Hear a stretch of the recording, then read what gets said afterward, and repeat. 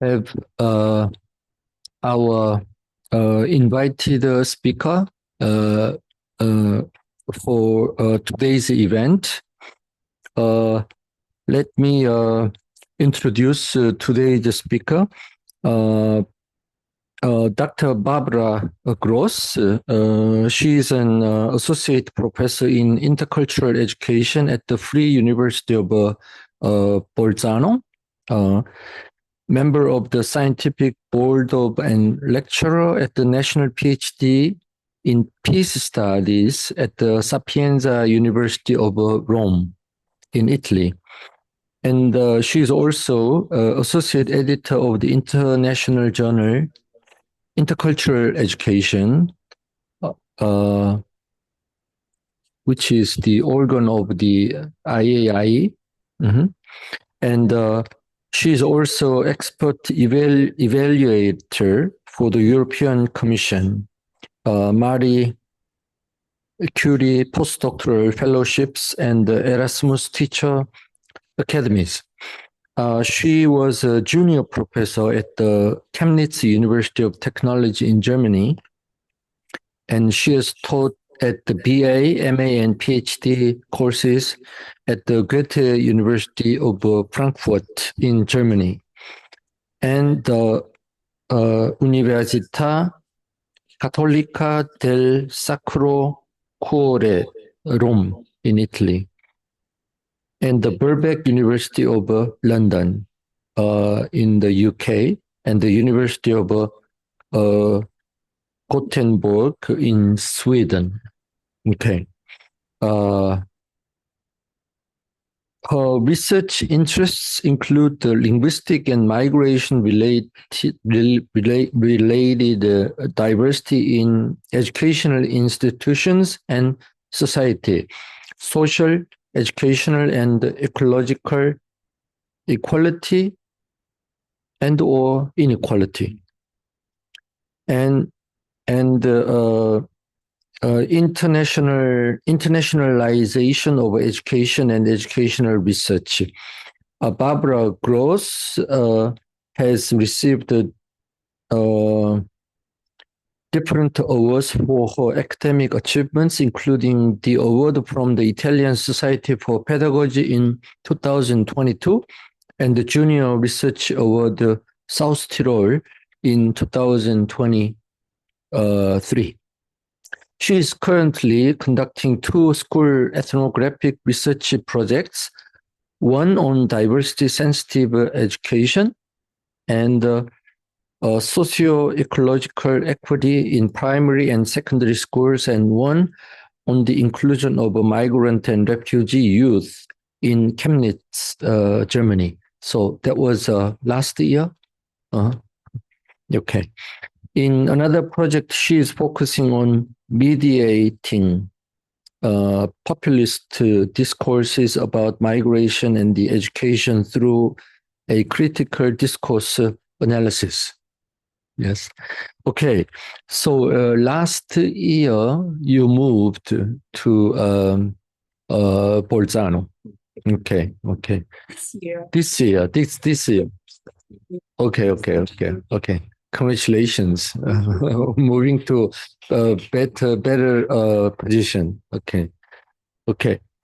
All right. So the title of today's lecture is "We only take Ukrainians. We do not take the other rabble: the intersectional construction of diversity, belonging, inclusion, and exclusion in educational institutions."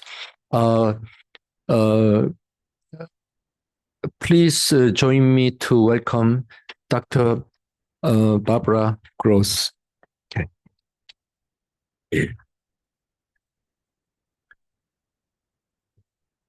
This things here. Okay, thank you very much. I'm very pleased to be here this afternoon. Thank you for the invitation to speak here today. It's a great honor for me.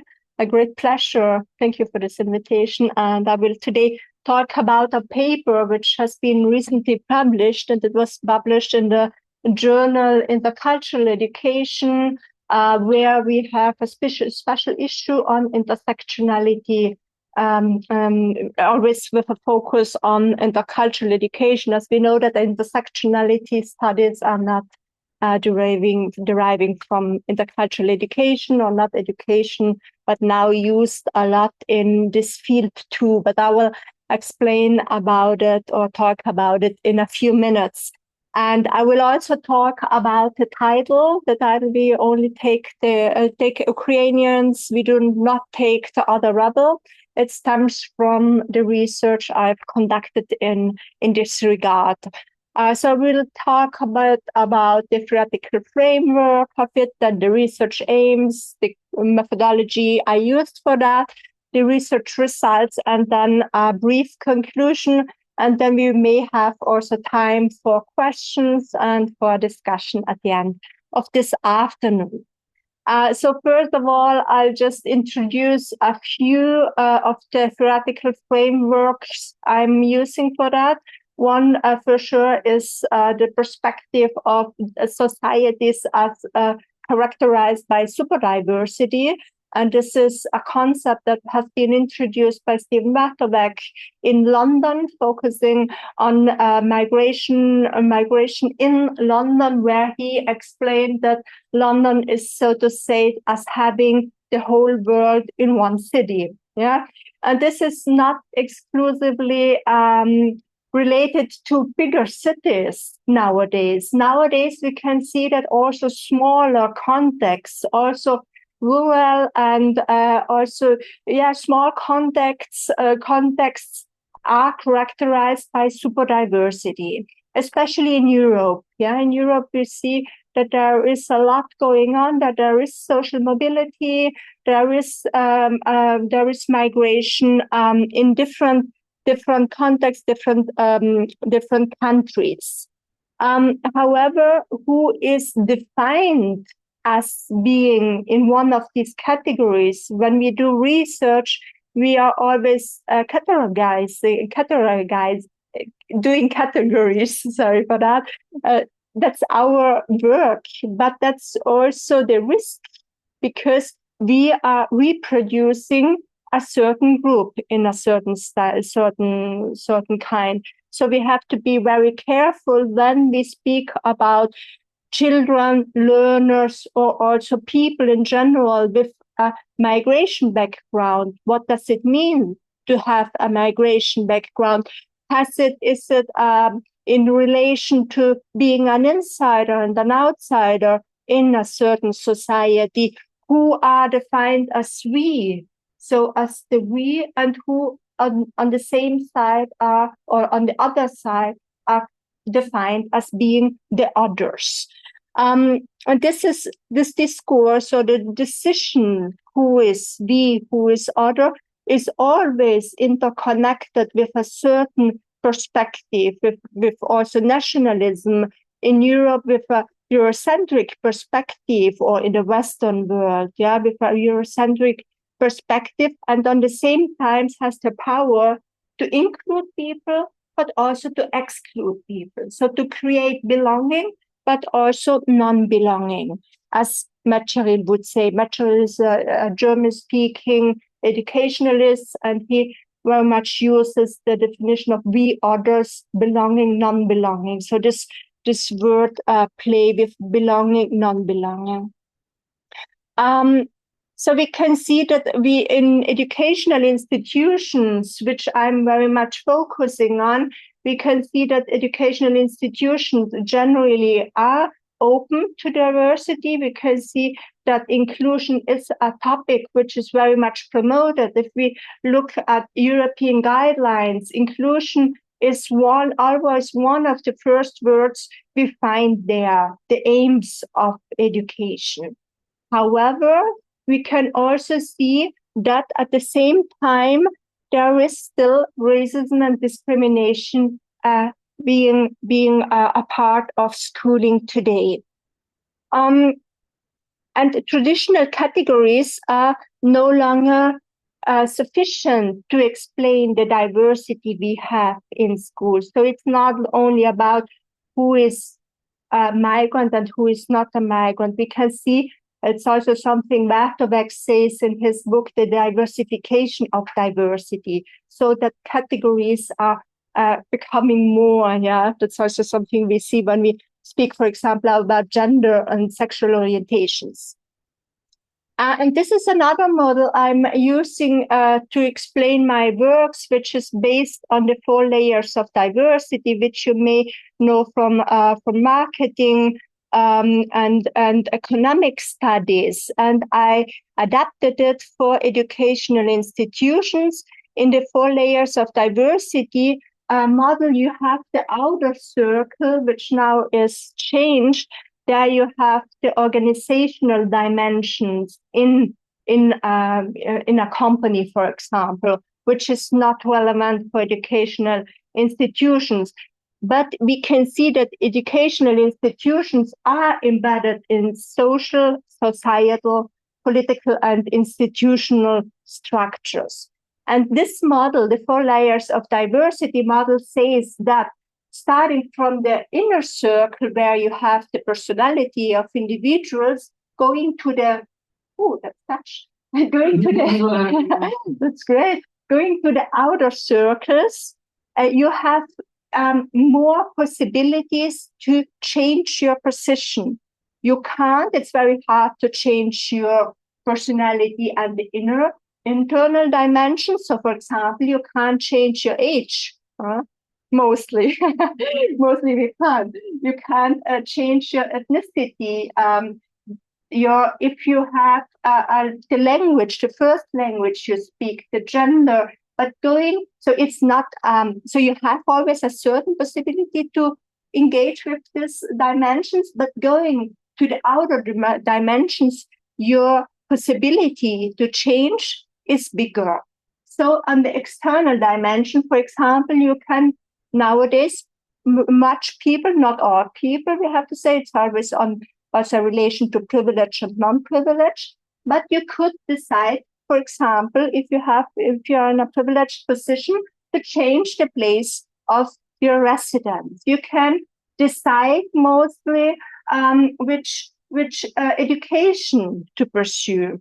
You can decide where, or you can change your social position. But then on the outer circle, the last dimension is again a dimension where you don't have much influence in it. So you can contribute to societal dimensions, societal processes, but your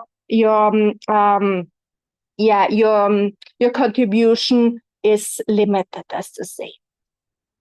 So we can see that diversity is not something which is present in nature. A diversity is something made from people. So people decide what are these dimensions. So we speak about diversity as a social construction. Yeah, we define diversity as something constructed by people themselves.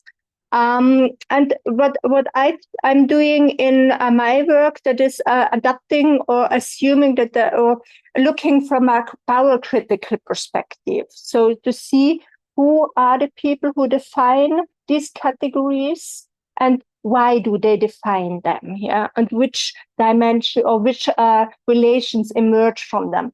And you can see also that the lines here, they are dotted. That means that that the dimensions can be intersected, so that they are not to see as something to be added. So I am women and I am white and so on, but there could be an interrelation between them. Yeah. So if I am white and a woman, then this might create something else than being white and a man, for example.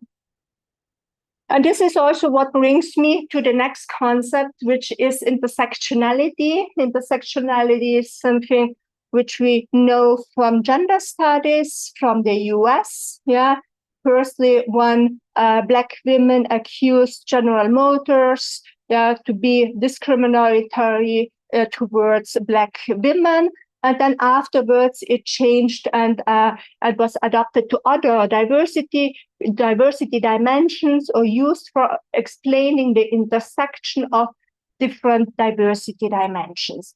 But we can use this metaphor of a crossroad, which Crenshaw defines. So when she says that if an accident happens in an intersection, it can be caused by cars traveling from any number of directions and sometimes from all of them.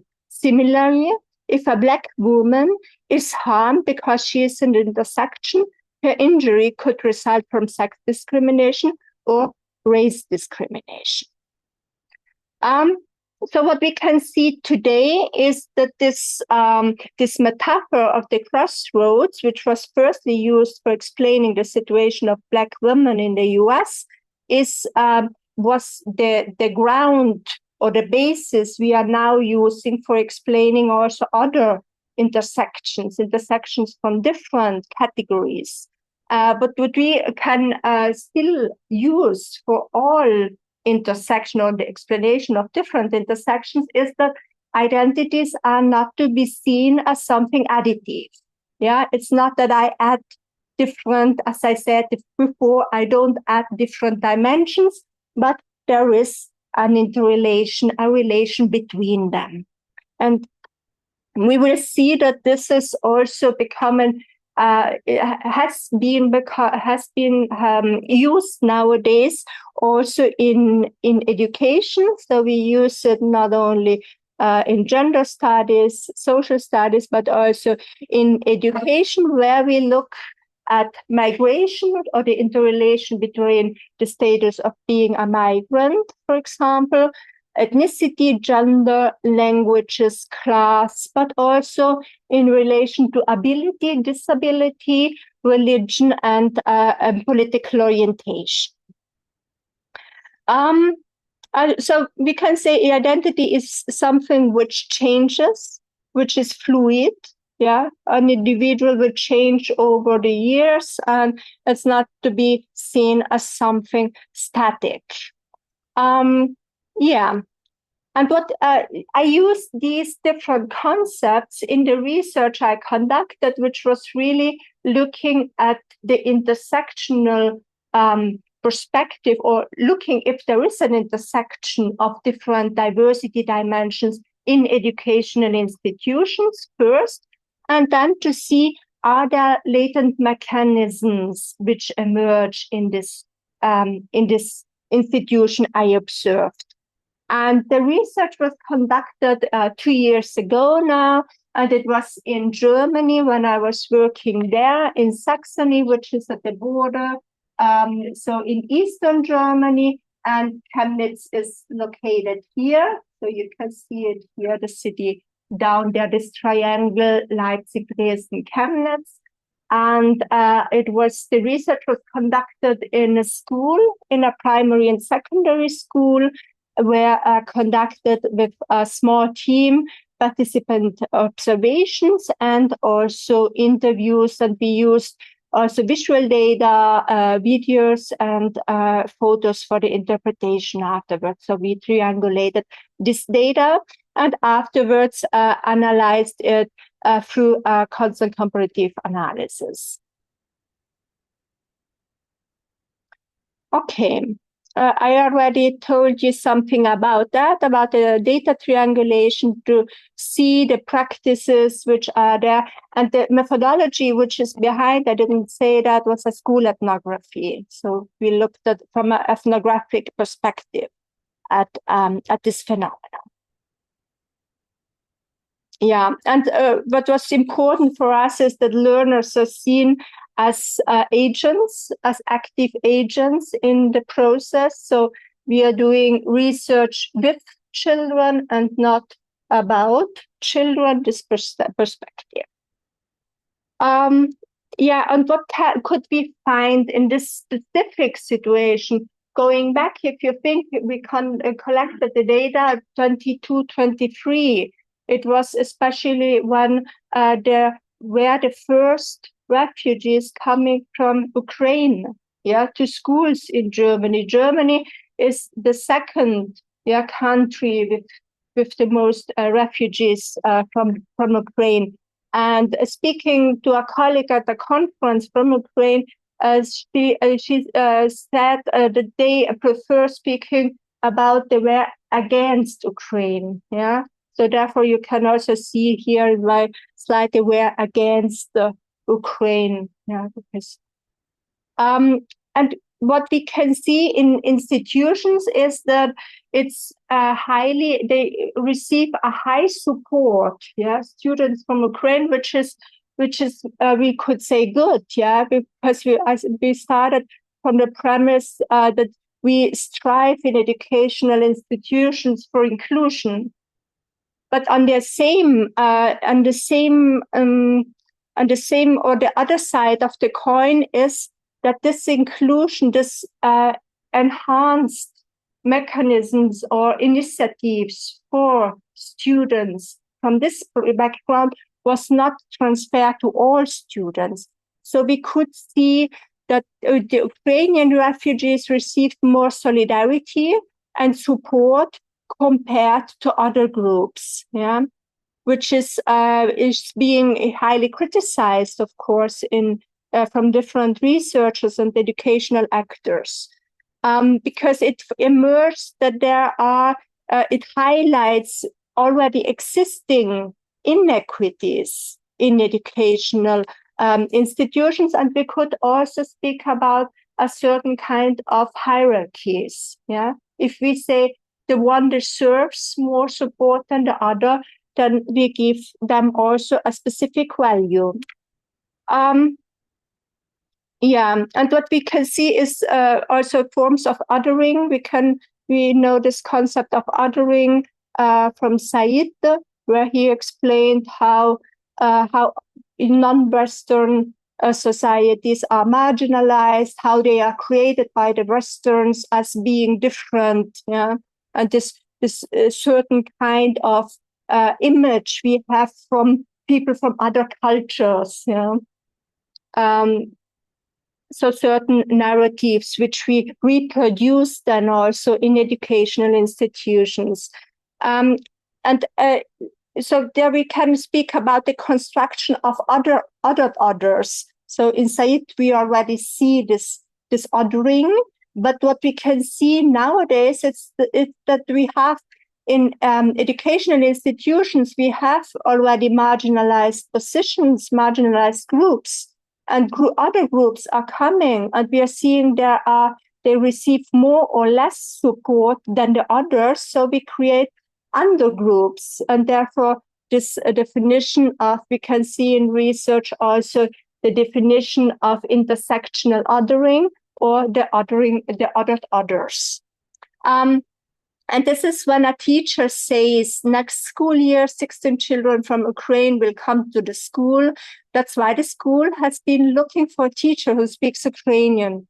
It's extremely important that the children can also identify as part of their regular classes and not be separated from them. This way, the students can learn the language until they are fully integrated into their regular classes. The school principal looked for a teacher who spoke Ukrainian and could lead the preparatory classes and also act as a teacher for the new classes. So a high effort to find a suitable person to work with students from this group. And at the same time, they say, however, some learners at the school do not have someone on site who speaks their first language. They then have to travel to other schools. That means a high effort to hire a teacher from one group, while other students, they have to move to other schools, to get the same support. Therefore, we can see, and that's also something we see in other researches, which I have cited in this paper.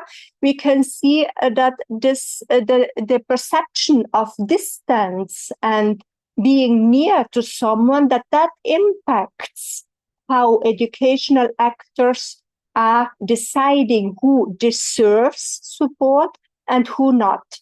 And this could explain, that's only a hypothesis, that could explain, being the Ukraine so near, that students from Ukraine are viewed as more deserving in a certain kind than those from Middle East and African countries.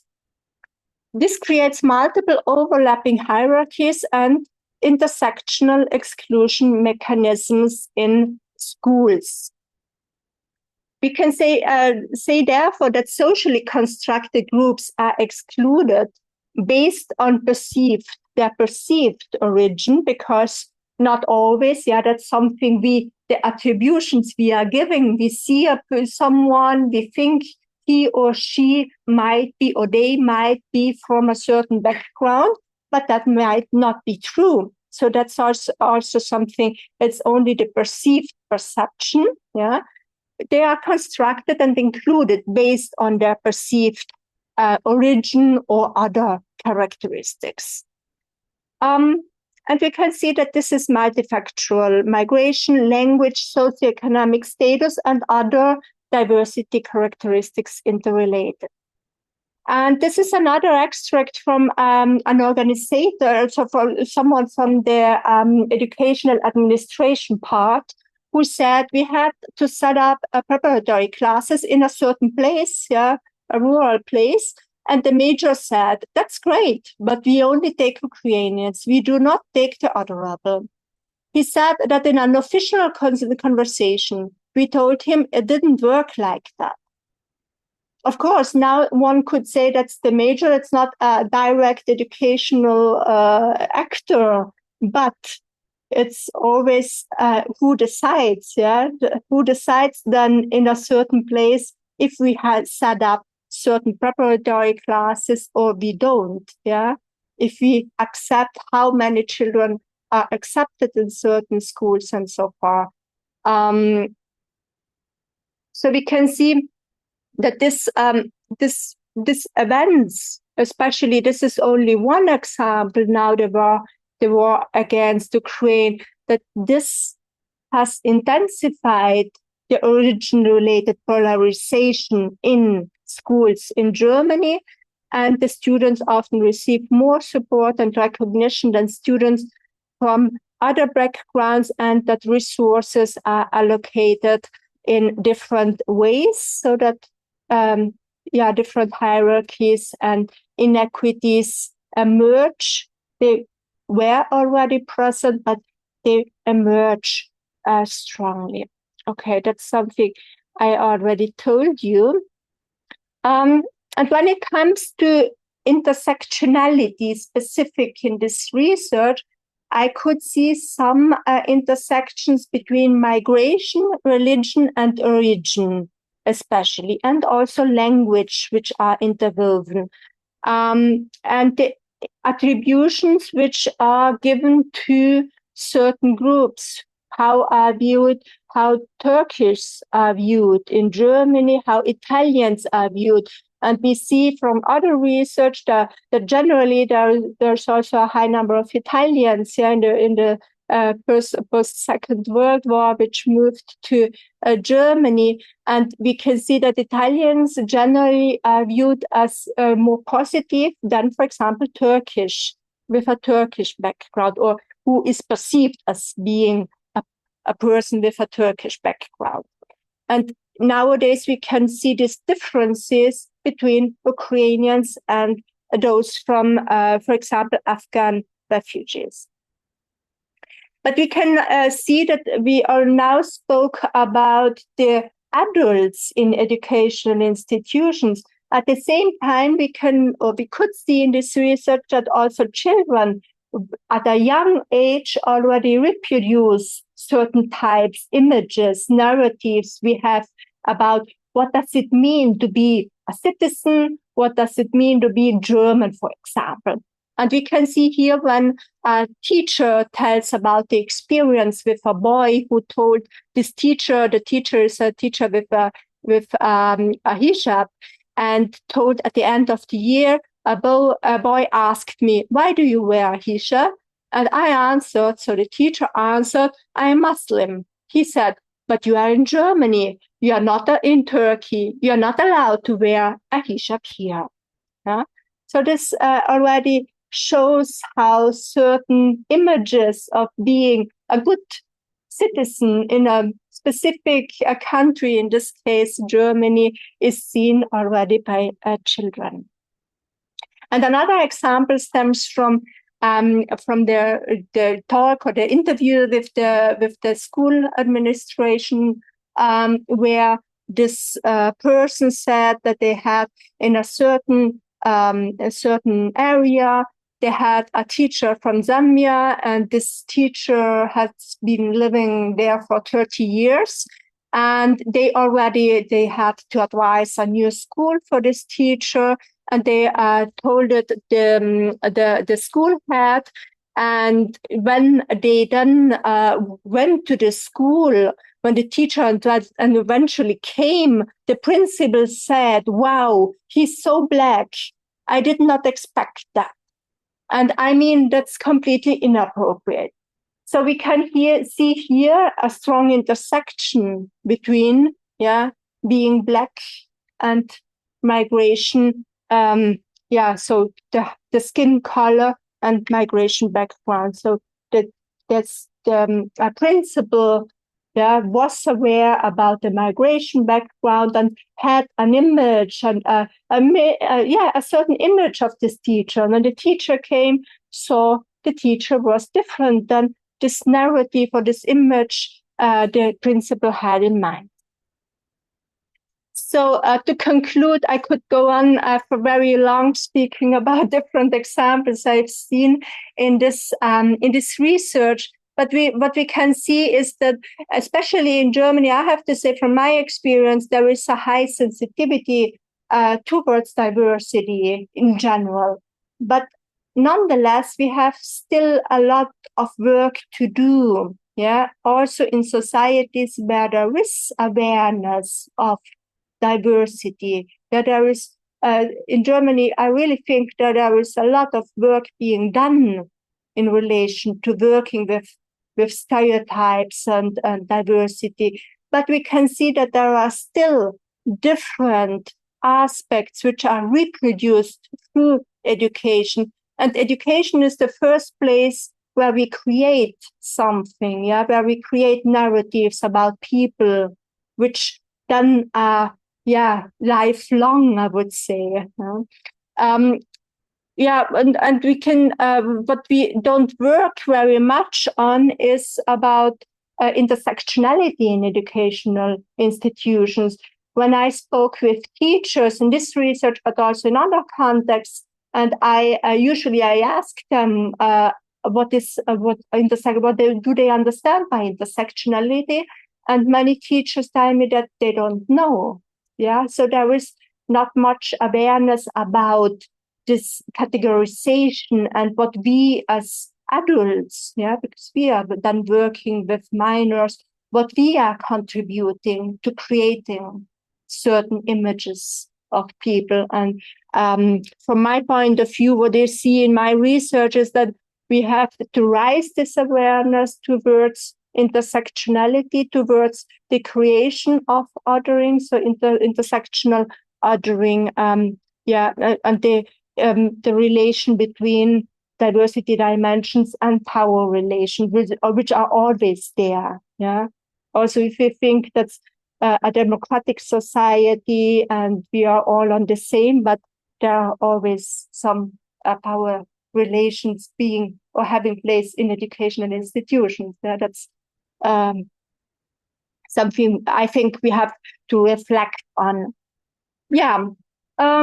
Intersectional othering, we've seen that this operates across skin color, gender, ethnicity, and class, reproducing profound inequalities, so producing and reproducing at the same time.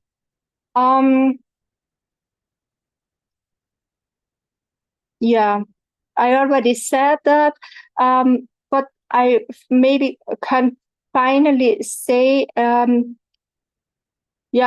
I already said that too, so let's go on.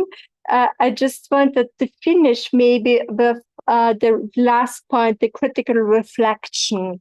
We need more reflection, critical reflection, and also strategies on promoting recognition, because the first point we have to work on is to recognize differences, which are there, intersecting differences, and to give the others, all students, our respect, appreciation, so valorization of differences, which are essential for all those who work or in education. That does not mean only teachers and principals, but all the staff being around in educational institutions. So that's all. Here are some references.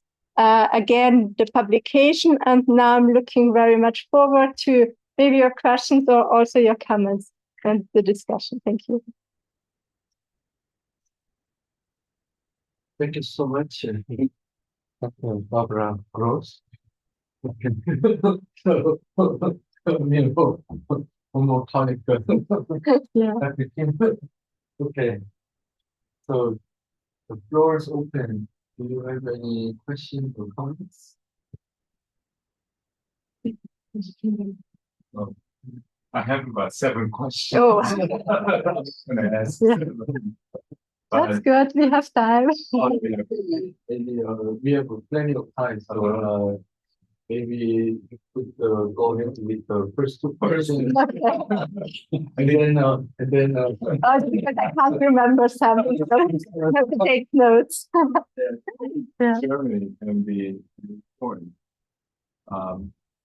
Not so much a model, but an example create for countries like South Africa, which is also going through some sort of pains as it sort of shifts in terms of demographic population. It's not super diversity yet, but it's certainly moving in that direction. The first question has to do with the notion of difference that emerges from categorization. And I wonder what might be an alternative. So sometimes we go to the extreme sort of other end, which is to say we're all the same, which has the tendency to sort of flatten differences or to undermine structural inequalities. And I wonder if there is a different way of kind of conceptualizing this notion of difference or the sameness, if that is something that you might want to give it a shot in terms of kind of explaining.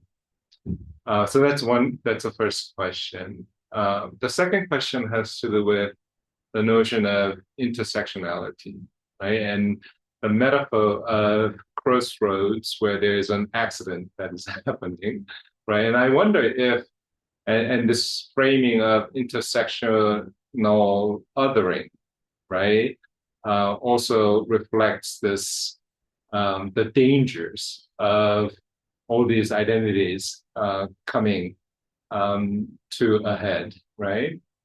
I wonder if you can explain also the concept of intersectionality is not about sort of accident or harm, but something maybe very different, right? Whether that kind of framework can be also useful in discussing the examples or the experiences of people with multiple sort of identities. I have others too, but I think those two. Thank you. These are very, very important questions, which I have to deal every day with. And I have not a solution yet. So, but I agree generally that a deficit view is very dangerous. Yeah.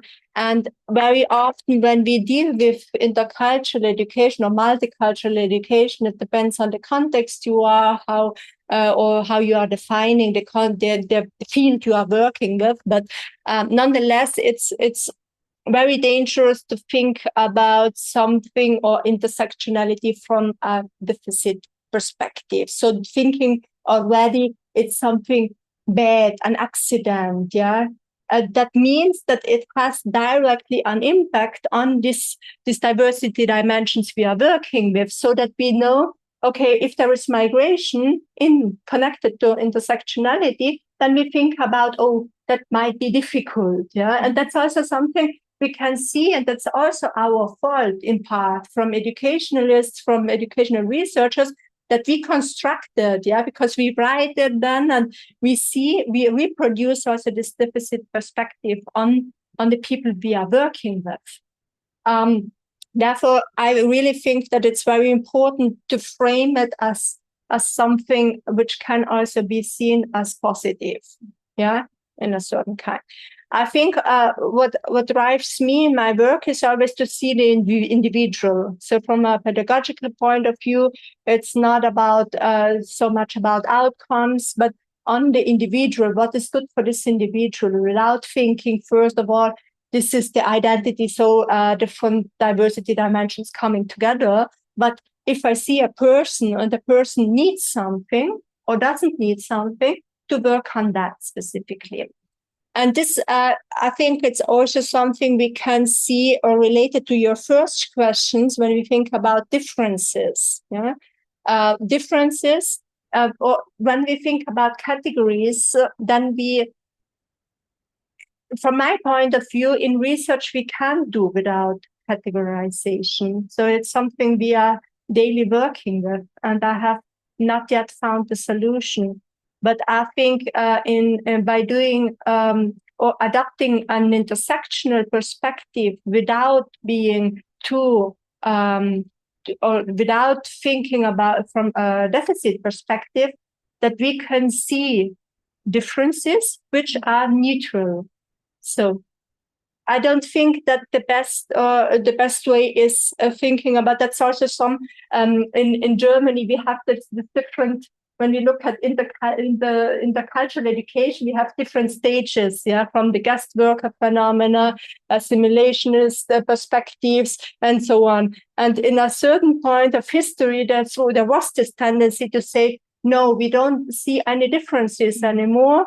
We are all the same, and then peace will happen. It didn't. So it's not the way we are solving problems today. Differences are there between people, and we can collaborate, so we can work with them without being negating these differences which are there. Yeah. That's the same with when we think about culture, in a sense. Yeah, a culture, a critical perspective on what culture is. Thank you. I hope this some kind answered your question. But yeah.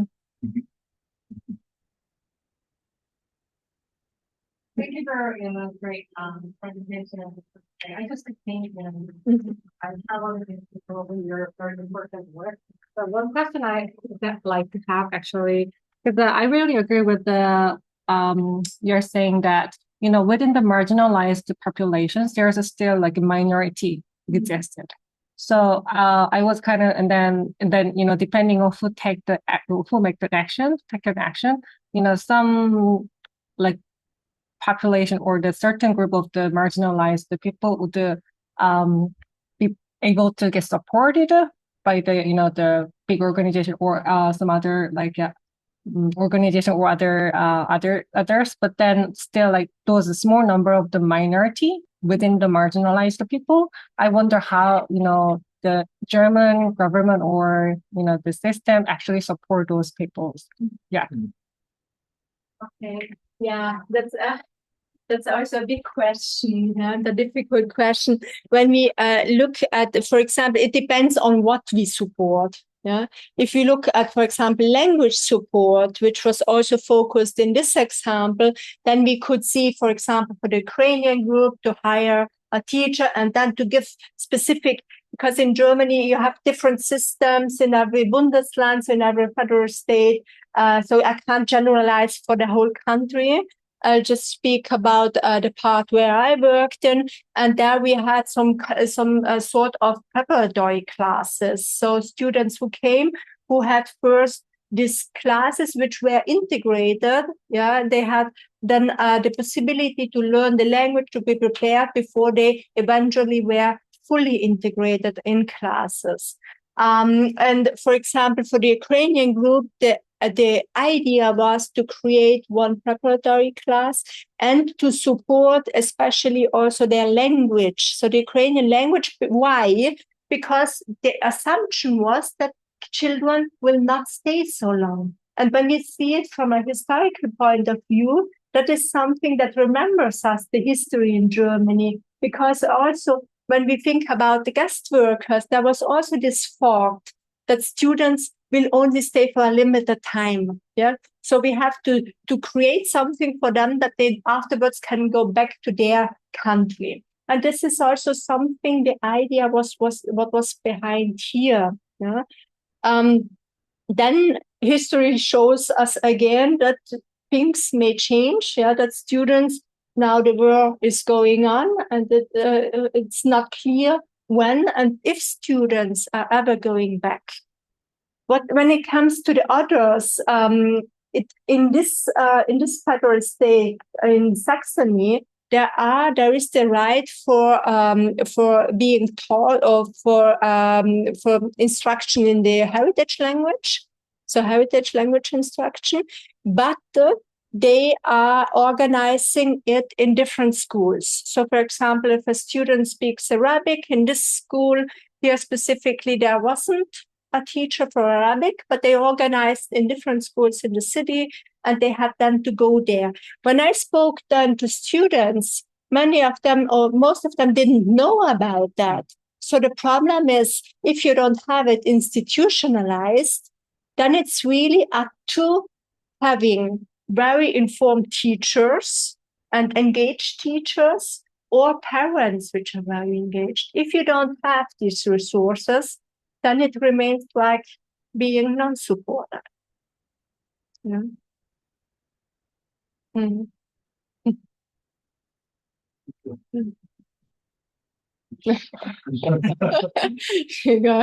So I'm also wondering if there's anything that Germany is doing that might be different from other countries, other European countries, with respect to social integration efforts, other than language support. What other types of supports are there? And are the intercultural education efforts really working in your mind? Yeah. You know that in Germany nowadays, very few researchers speak about intercultural education. It's going in the direction that's very contested because the cultural aspect is in there. And what is missing from their point of view is the critical perspective on the term culture when we speak about intercultural. And so there is this tendency of migrationspädagogische Perspektiven, so migrant pedagogy perspectives, it would be some kind like.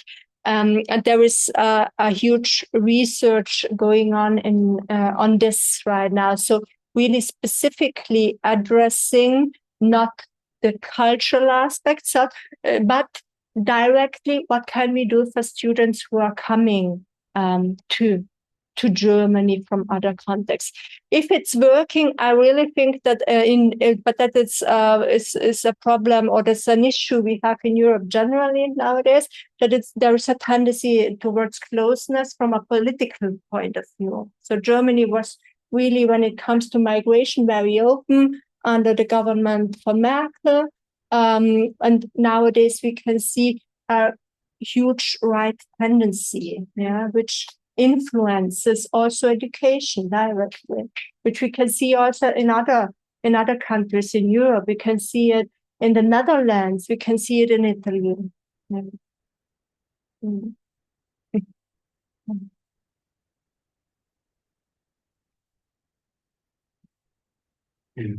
If you might have some question Yeah. regarding your one slide. You showed us this The 4 layers of belonging. Let me see it. Here it is. Yeah. Yeah. Yeah, this is this is interesting. So here you have social structures Mm-hmm.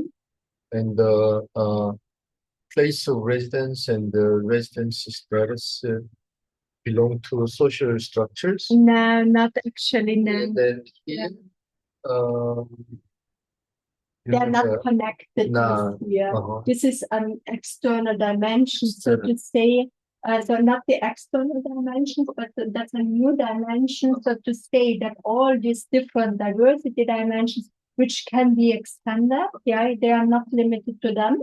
They can be extended and they are embedded in, so they are impacted also by societal, by social structures, by political structures and institutional structures. What's the difference between these two, social and society?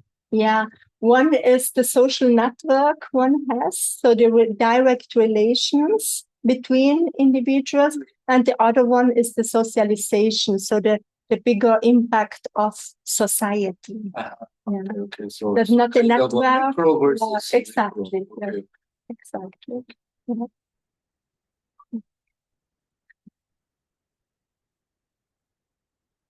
And this, I mean, in your article, we can also see the. This is in another one. This is we are writing. It's not published yet. It's coming out. I think at the end of or middle or end of this year. It depends. It will be published by Springer. And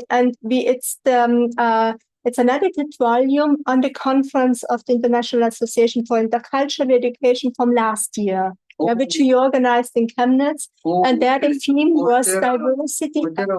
Yes, yeah, exactly. He told me about the volume. Okay, yeah. Because there the theme was diversity, equity, inclusion, and belonging, plus, so to say, that in education. And we are now publishing selected papers. And in an introductory chapter, you will find that too. Soon, coming out soon. Yeah. And then maybe this, if my memory is correct, this comes from Googlin's national report on the bilingual education. Yeah. And I remember that the bilingual education as a form of support for the children with migrant background. They are, for example, in the state of Hessen, there was systemized this curriculum support for bilingual education. Okay. But then in the state of Bavaria, Bayern, so there was a program, bilingual program, supported by the embassies, consulates. So, for example, Turkey might be the example.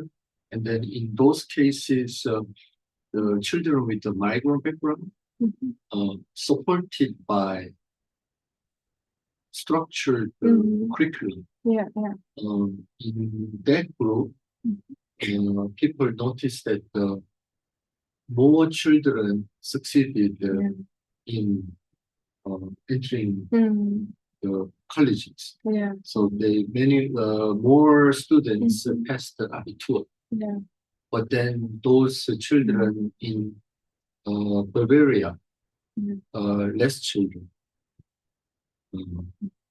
succeeded in Abitur. So if we see clear, those clear indices, clear results, clear evidence. Yeah. Yeah, there is then clear that evidence. That could, based on that comparison, we could say that if the resources are available, we could go on with systematic curriculum-based bilingual education. I think that's really a political decision, because the evidence is there that if the quality of instruction depends on the quality. And we already discussed it also this morning, how qualified teachers are. But if you have qualified teachers, it will contribute to having success in life, and then also for the individual to valorize diversity dimensions. But we have this evidence actually. But then it comes to who decides if we have the resources for that.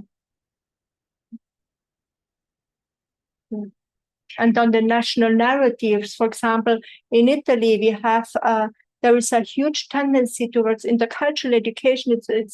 There is a big group dealing with that, and but government then decided we have new guidelines for school education. And there we can see again a tendency towards closeness, towards more national teaching of history, for example. So everything against, we speak about global competences and things like that. And then you can see in national guidelines that all what we are doing, what we are discussing, that's not there. Mm-hmm. Yeah. Mm-hmm. Yeah. Mm-hmm. And when it comes to the diversity, can you compare the European system within the EU with the DEI in the States? Diversity, equity, and inclusion.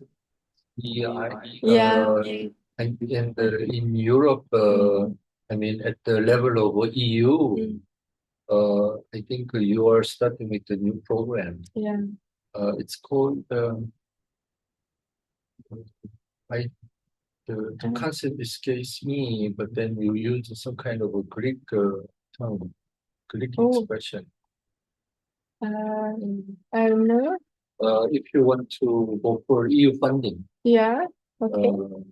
they developed a new program. And this actually impact. This has impact on other countries as well, because if Korea wants to participate in this EU program as an outside party, we have to have a similar, like a diversity program in place at each institution. I think generally it's different. It's very, very difficult to compare Europe to the US and also the discourse which is going on when we speak about diversity, because we see that the conditions there are very different. The history is very different. But we can see, of course, now we all know a lot about what's going on in the States, that diversity, equity, inclusion. Trump said diversity, equity, inclusion will die as soon he's in charge again. And that's also something which we can see actually nowadays, that that universities are suffering a lot from what's going on there. And Europe is in part also affected because Trump has also contacted different states, saying to be aware of growth and going in the direction of what he's doing right now and supporting him. I think right now it's not that we have to be afraid in Europe, I think, personally, or I'm not afraid, but of course the impact, the power of Trump is, we know it worldwide, how how this could affect different states. But Europe, actually, the European Union, one of the pillars is really diversity and inclusion.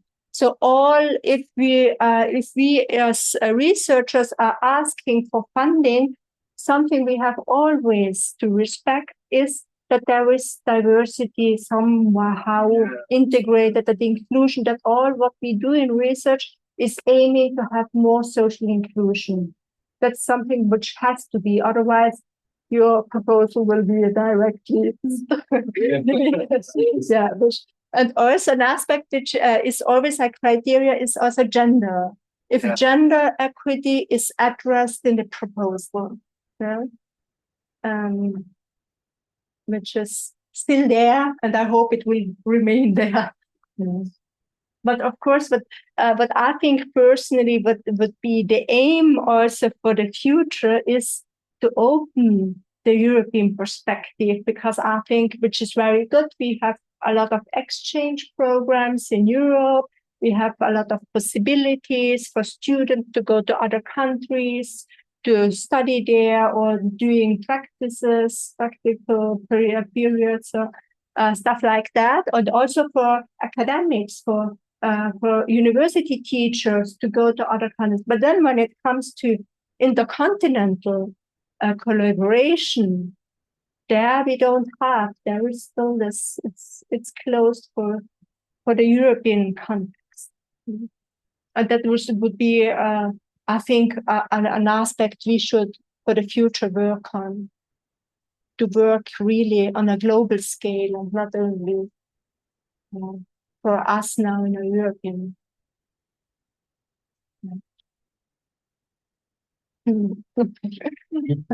A lot of wishes for the future. Yeah.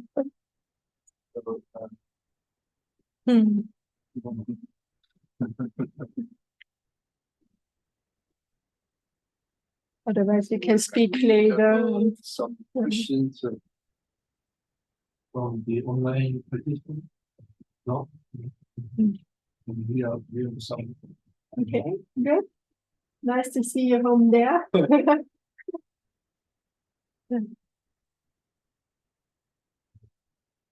So then we can conclude this lecture. Yeah. Okay, thank you so much. Thank you. Okay. Thank you very much again for the invitation. Oh, pleasure. This is nice. So maybe we could have a picture. If that's live here. Okay, then I put it again. Oh, it's not this one. Yeah, this one is good.